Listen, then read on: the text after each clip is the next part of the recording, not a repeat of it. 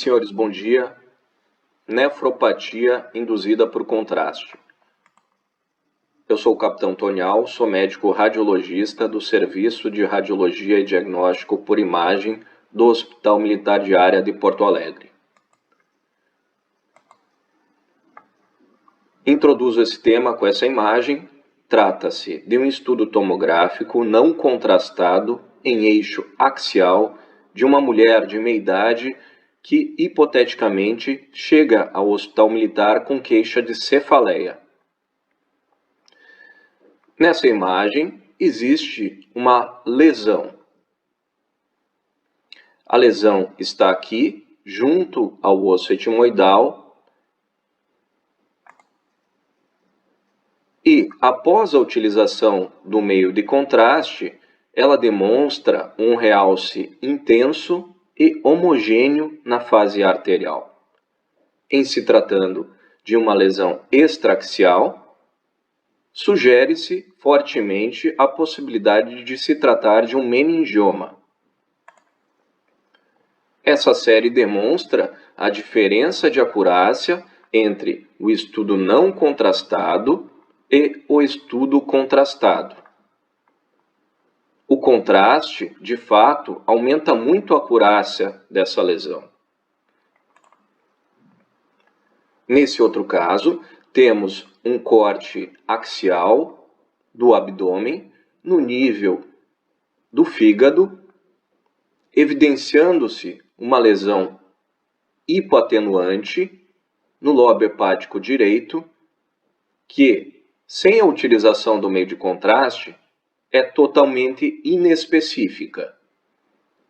Após a utilização do contraste, entretanto, ela exibe um realce periférico na fase arterial, que na fase portal evidencia-se ser centrípeto e globuliforme, havendo na fase de equilíbrio uma homogeneização dessa atenuação. O conjunto desses achados permite sugerir fortemente a possibilidade de se tratar de um hemangioma hepático, uma lesão hepática benigna. Nesse outro caso, temos um fígado com contornos lobulados na fase sem contraste, que não exibe lesões. Após a administração do meio de contraste, entretanto, na fase arterial, observa-se uma lesão focal com realce intenso e homogêneo na fase arterial, com washout rápido na fase portal, o que denota se tratar de um hepatocarcinoma. Essa é a imagem da peça anatômica.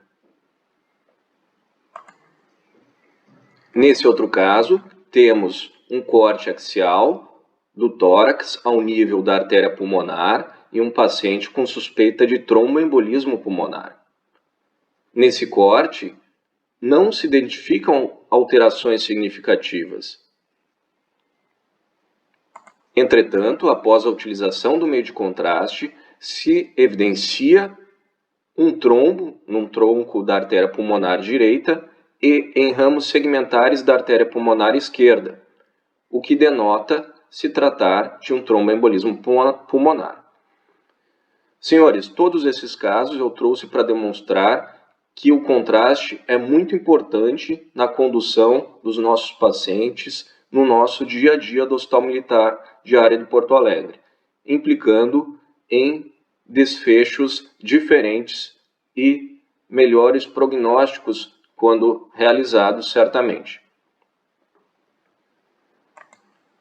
Entretanto, os meios contrastados não são inócuos, podem ocasionar reações adversas, o que é tema dessa instrução. Para essa finalidade, eu utilizei dois manuais, o manual do Colégio Americano de Radiologia e da Sociedade Paulista de Radiologia. São guidelines publicados anualmente que traduzem as principais orientações sobre os meios de contraste para os radiologistas e afins. Um pouco da história. Esse é o físico alemão Röntgen, que em 1895, trabalhando com estudos em raios catódicos, descobriu incidentalmente um novo tipo de radiação. Desconhecendo a natureza desses raios, deu nome para eles de raios X. Aqui foi descoberto o raio-x. A primeira radiografia publicada na história aconteceu em 8 de novembro de 1895, da sua esposa Ana Berta, incluindo o dedo anelar com o anel. Rapidamente, a radiologia começou a ser utilizada na medicina diagnóstica e, no início do século XX, surgiu essa personalidade, Marie Curie, que descobriu a radioatividade espontânea, introduzindo dois novos elementos à tabela periódica, o polônio e o rádio, e, na Primeira Guerra Mundial, que foi de 1914 a 1918, utilizou essas estações móveis de radiologia para levar o radiodiagnóstico no fronte de batalha.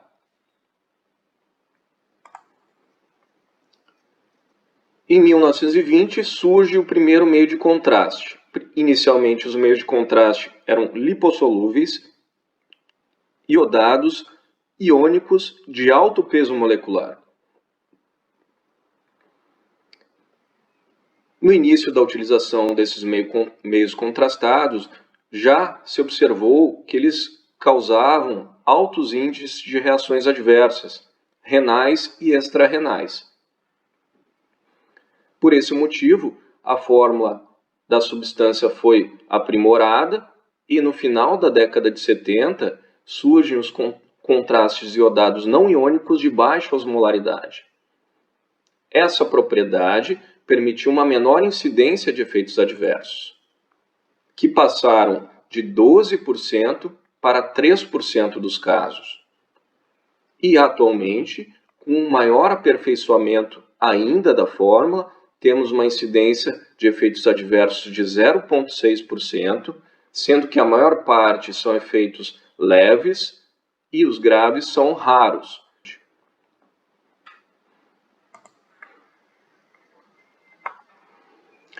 No descritivo da solicitação do nosso material no Hospital Militar Diário de Porto Alegre, nós temos o cuidado para que o tipo de contraste que nos chegue seja não iônico de baixa osmolaridade, a fins de ter menor incidência de efeitos adversos, e o que recebemos é o Omnipac, atualmente da GE.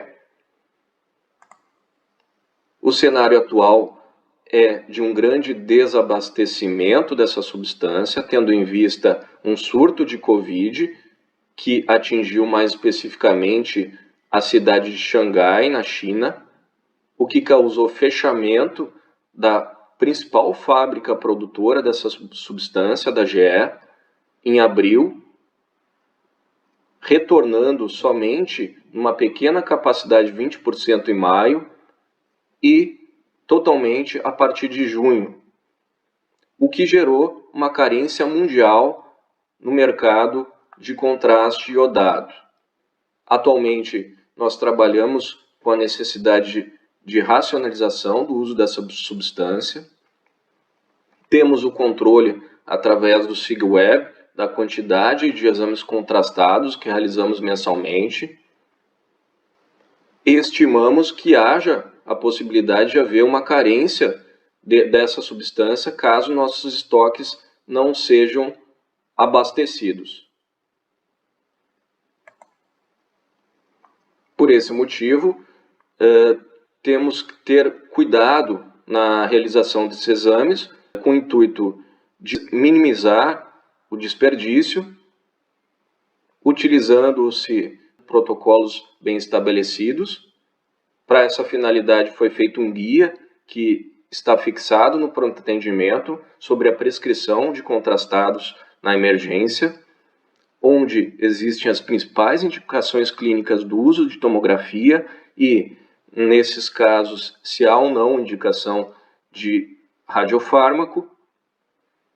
Os casos podem ser individualizados e a equipe de radiologia está sempre disponível para comunicação a fim de assegurar segurança na administração, precisão diagnóstica, e esse contato assume uma relevância ainda maior agora que existe esse panorama mundial de carência de contraste iodado. Na prescrição do contraste iodado, é necessário que o colega prescritor indique ou não a necessidade do uso da substância e, segundo, coloque na prescrição a indicação clínica para tal. A indicação clínica ela é fundamental não só para justificar a necessidade da utilização, como também para que se faça o protocolo adequado diante daquela indicação e também para que se emita um laudo voltado àquela necessidade. Para cada indicação clínica existe um protocolo específico, existe uma velocidade de administração, existe uma via de administração, existe um volume. Eu sei, por exemplo, que quando o colega pede um estudo tomográfico contrastado para estudo de adenocarcinoma, eu preciso realizar no meu protocolo a fase pancreática do contraste. Por todos esses motivos, é necessário uma prescrição inteligível e completa. Além disso, na questão de segurança documental, todo estudo contrastado exige a realização de um termo de consentimento livre e esclarecido, no qual o paciente vai exercer autonomia sobre a realização daquele procedimento, reconhecendo que existe a possibilidade de reações adversas, tanto renais quanto não renais, inclusive reações graves. Além disso, é feito um questionário de pesquisa de história alérgica pregressa, que contém não só questões alérgicas, o que pode, inclusive, contraindicar um procedimento futuro, quanto histórico de lesões renais, o que faz com que a gente tenha que ponderar a realização do exame.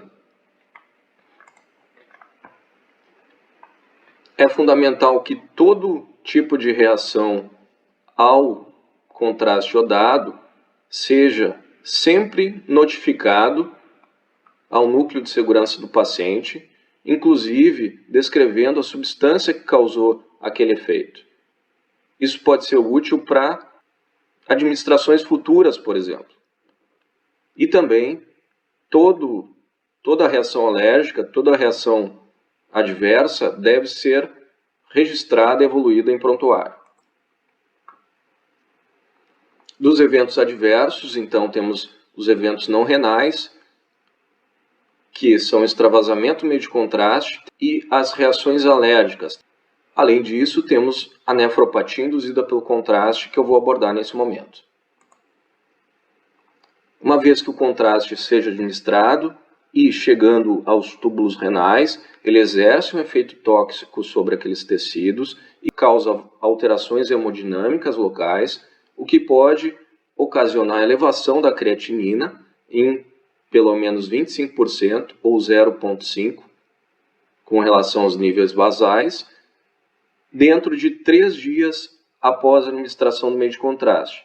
Essa é a definição da nefropatia induzida por contraste.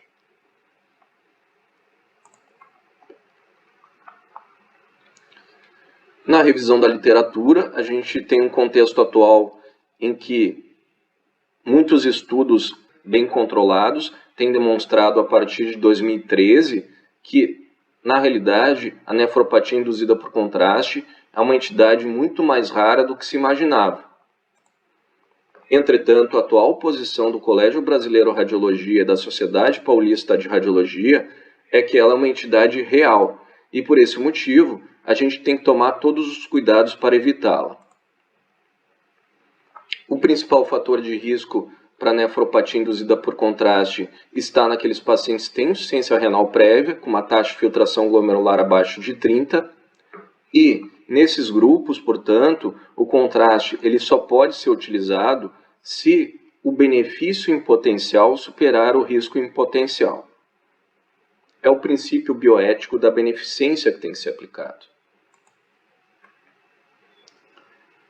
É fortemente recomendado, portanto, a realização do cálculo da taxa de filtração glomerular nos pacientes que possuem fatores de risco para insuficiência renal, principalmente, como histórico de insuficiência renal, transplante prévio, rim único, câncer renal, cirurgia renal, albuminúria, etc. A taxa de filtração glomerular ela pode ser calculada por duas formas, principalmente. A primeira é Cockcroft-Gault e a segunda é CKD-PI, que possui uma acurácia um pouquinho maior. A creatinina não deve ser utilizada como referência nesse sentido, porque uma vez que é um produto metabólico da creatina, que é utilizada na fibra muscular para obtenção de ATP, ela tende a ser superior em homens jovens do que em mulheres senis. Portanto, a taxa de filtração glomerular deve ser realizada como estimativa de função renal. A fórmula é complexa, entretanto, amplamente disponível em aplicativos gratuitos, tá? Esse aqui é o EGFR, no qual eu incluo aqui a creatinina, a idade, o peso e o sexo, e automaticamente a taxa de filtração glomerular é calculada. O curso clínico típico da nefropatia induzida por contraste é uma doença autolimitada e benigna. Entretanto, há relato na literatura de altas taxas de morbimortalidade.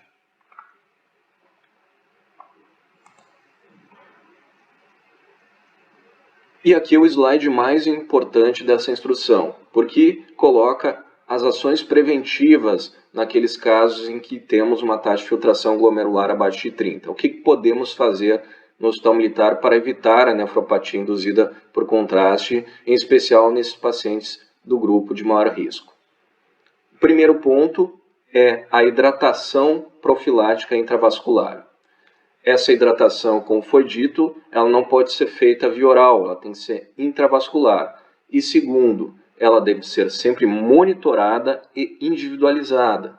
Por quê? Porque pacientes podem possuir uma congestão, né, e nesse caso temos que evitar sobrecarga de volume.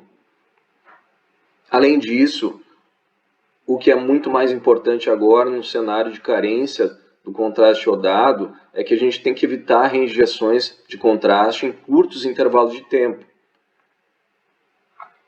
Não é raro que pegamos solicitações num turno do dia e outra do mesmo paciente para realizar em outro turno. É importante que a insuficiência renal causada pelo contraste seja relevada na solicitação desses exames. Além disso, podemos tentar substituir esse exame que envolve radiação e contraste por exames inóculos de radiação, como, por exemplo, ressonância magnética e ultrassonografia, que estão disponíveis no nosso setor. Aqui também assume uma grande relevância nesse período de carência de contraste. E a gente está sempre disponível no setor de radiologia para tentarmos buscar soluções nesse sentido. Além disso, é fundamental que a creatinina sérica seja acompanhada para verificar se o curso de elevação é benigno. E o que também assume uma importância muito grande nesse momento de carência de contraste é que o setor de radiologia sempre tem que realizar a menor dose necessária de contraste para a obtenção do resultado desejado.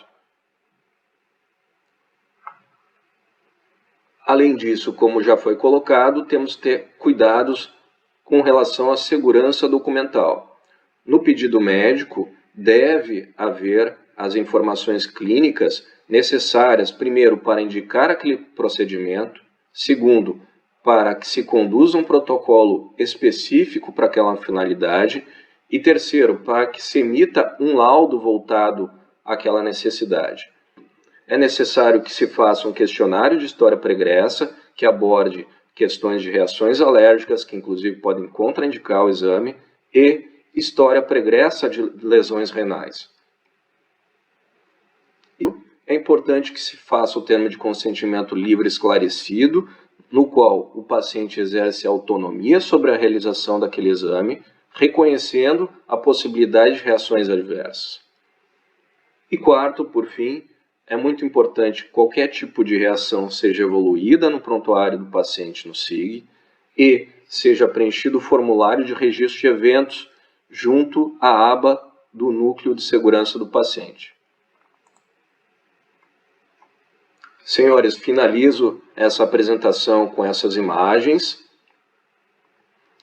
Essa fotografia é muito importante porque retrata a comunicação do médico prescritor com o médico radiologista. Quando existe essa comunicação e ela é eficaz, temos resultados muito positivos em termos de segurança ao paciente e acurácia diagnóstica. Bom dia a todos, muito obrigado.